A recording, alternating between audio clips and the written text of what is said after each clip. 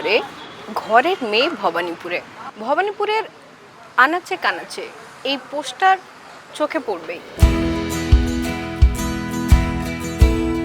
বুধবার মনোনয়ন জমা দিলেন ভবানীপুর কেন্দ্রের তৃণমূল কংগ্রেস প্রার্থী মমতা ব্যানার্জি।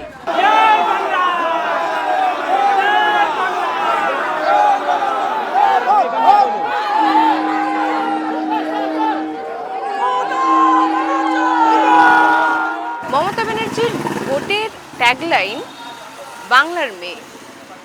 বাংলার মেয়ে যখন পাড়ার মেয়ে, তখন ছবিটা কিরকম?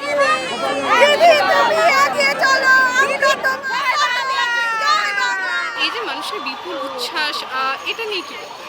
এখানকারই মেয়ে মমতা ব্যানার্জি, ভবানীপুরের মেয়ে, বহুদিন ধরে লড়ছেন এখানে প্রত্যেকটা গলি, প্রত্যেকটা ইট, প্রত্যেকটা মাটি, প্রত্যেকটা বাড়ি তার চেনা, তারাও মমতা দিকে চেনেন ঘরের মেয়ে হিসেবে। সুতরাং বিশাল উচ্ছ্বাস হবে, উদ্দীপনা হবে, এতে তো কোনো নতুন কিছু নয়।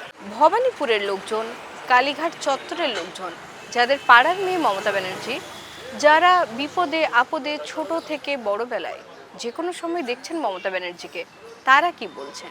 এই যে আপনার পাড়ার মেয়ে মুখ্যমন্ত্রী, এটা তো রাজ্যের শুধু একটা পাড়ার মানুষই বলতে পারেন যে আমাদের পাড়ার মেয়ে মুখ্যমন্ত্রী।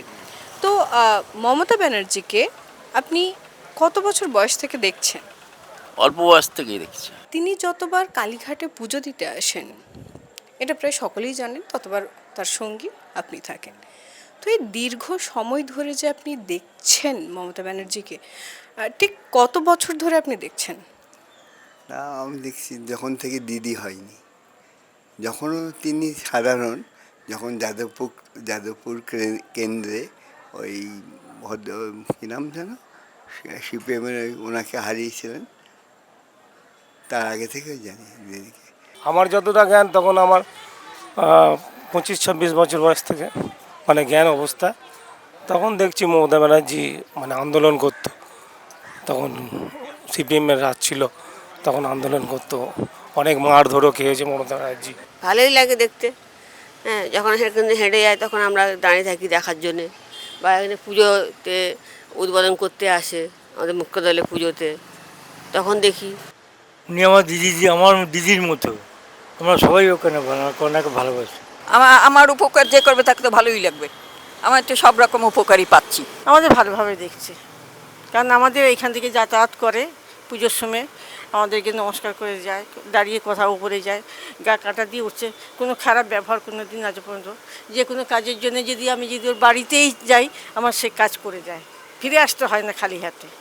আমি হোক, আমার বাবা হোক, আগে যেরকম অনেক রকমের প্রবলেম ফেস করতো, এখনই উনি আসার পর থেকে বেসিক্যালি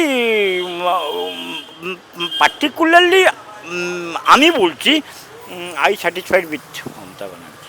আমার তো ভালো লাগবেই, বলুন। আমার দিদি মুখ্যমন্ত্রী হয়েছেন, রাজ্যের মুখ্যমন্ত্রী হয়েছেন, আমার তো সব থেকে আমার বা আমার বাড়ির লোকেদের, আমার পরিবারের সকলেরই ভালো লাগে। মুখ্যমন্ত্রীর বাড়ির পাড়া ঘুরে এখন আমরা তার কলেজ পাড়ায়।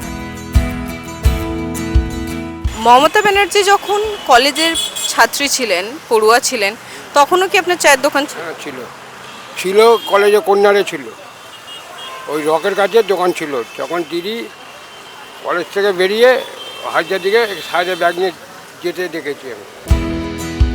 মমতা ব্যানার্জি একাধিকবার জানিয়েছেন তার বিধানসভা কেন্দ্র থেকেও বহু মানুষের নাম বাদ পড়েছে ভোটার লিস্ট থেকে।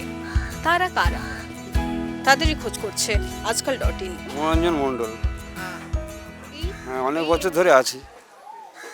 আপনার এর আগে আপনি ভোট দিয়েছেন 2024? হ্যাঁ, দিয়েছি। একটা আরও সব কিছু দেখিয়েছি, তার জন্য তাও ভোটের লিস্টে নাম কেটে দিয়েছে। রেশন কার্ড, ব্যাংকের বই, আধার কার্ড, ভোটার কার্ড সব দেখিয়েছি, প্যান কার্ড সব দেখিয়েছি। সারি বিলিং গিয়েছিল, হিয়ারিংয়ে ডেকেছিল, ওরা দেখলো, ওরা আর কিছু প্রশ্ন করেনি, তো ওরা কেটে দিয়েছে। না, তালিকায় নাম নেই, ছিল আগে, তারপরে এটা হলে এসআইয়ের পরে গেছিলাম, ডাক করে পাঠিয়েছিল, নাম নেই।